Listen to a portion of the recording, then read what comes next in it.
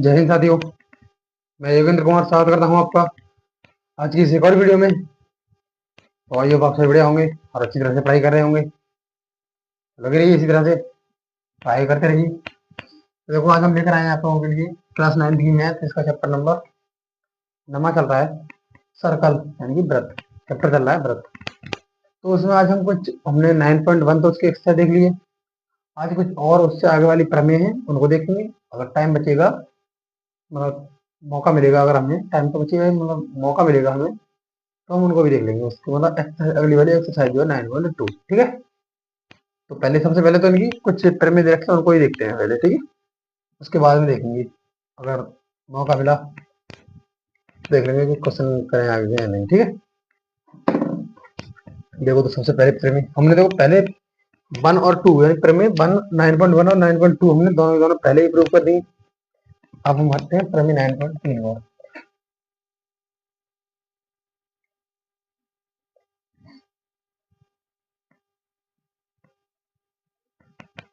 देखो क्या कहते हैं, ये कह रहे हैं एक वृत्त के केंद्र से एक जीवा पर। देखो इससे पढ़ाने से पहले मैं चौथी वाली पढ़ा देता हूँ, क्योंकि वो आसानी से प्रूव हो जाएगी और इसकी उल्टी है वो, ठीक है। 9.4 पढ़ लेते पहले, 9.3 बाद पढ़ें, ठीक है। एक वृत्त के केंद्र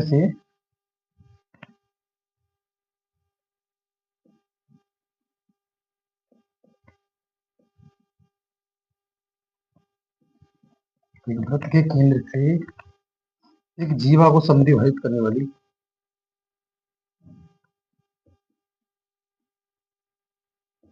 एक जीवा को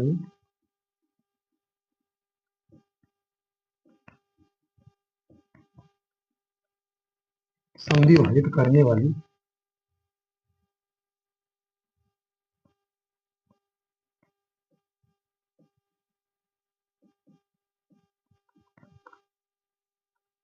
समद्विभाजित करने वाली सॉरी समद्विभाजित करने के लिए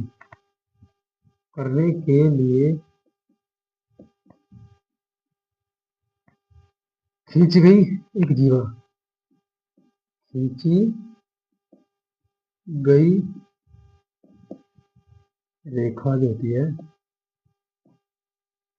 वो जीवा पर जीवा पर लंब होती है, ठीक है ना। कह रहे हैं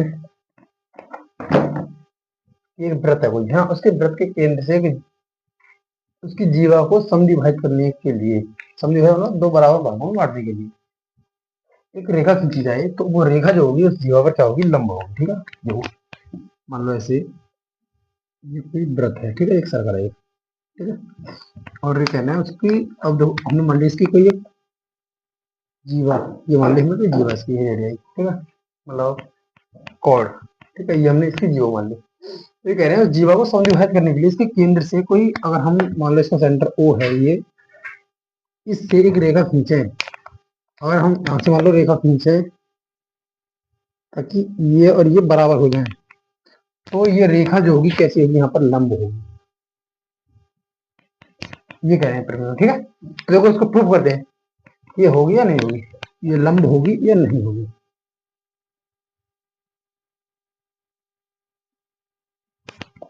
ठीक है, तो देखो ये क्या होगी, इस सर्कल की रेडियस होगी और ये भी इस सर्कल की रेडियस होगी। हमें ये फाइंड करना है कि ये इस पर लंब होगी या नहीं होगी, ठीक है। तो देखो प्रूफ करने के लिए कर रहे हैं, हम एक त्रिभुज मान लेते हैं, जैसे कि ये है, ये बी मान लेते हैं, ठीक है। त्रिभुज ओ और यहाँ पर एक पॉइंट मान लेते हैं कोई एम, ठीक है ना। तो प्रूफ कर दें कि ये एक दूसरे के परपेंडिकुलर, मतलब ये जो है लाइन परपेंडिकुलर है यहाँ पर या नहीं है, ठीक है। देखो इस लाइन को 90 डिग्री दिखाने के लिए देखो कैसे कर लें।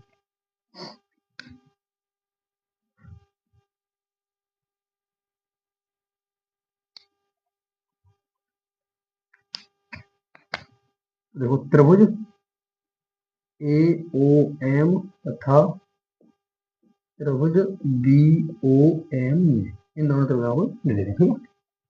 देखो इसमें क्या करते हैं कि ये ओ आर जो है ये रखा गया।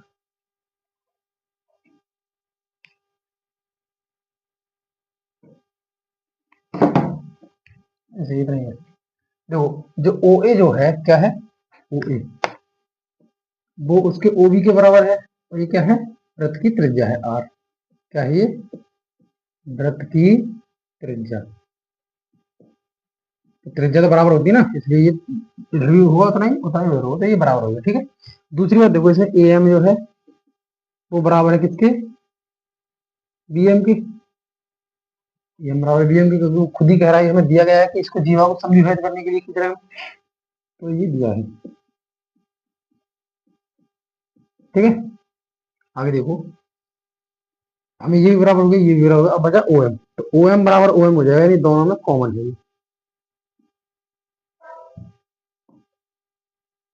ये क्या है, वो वैनिस्ट है। ठीक, ये हो गया। तो हम इससे लिख सकते हैं कि जो त्रिभुज है ए ओ एम वो सर्वांग हो जाएगा त्रिभुज बी ओ एम की, हो जाएगा ना कसौटी एस एस एस से, इस कसौटी से त्रिभुज कैसे जाएंगे, सर्वांग हो जाएंगे। और जब ये सर्वांग हो जाएंगे तो यहीं से हम लिख सकते हैं कि एंगल क्या, दोनों के दोनों एंगल क्या हो जाएंगे, बराबर हो जाएंगे। कौन सा angle, angle A M O बराबर हो जाएगा एंगल बी एम ओ के, और ये दोनों दोनों 90 डिग्री हो जाएंगे। ठीक है, ऐसे ये हो जाएगा। क्लियर। कैसे, यहाँ लिखिए सी पी सी टी से, सी पी सी टी। ठीक है। देखो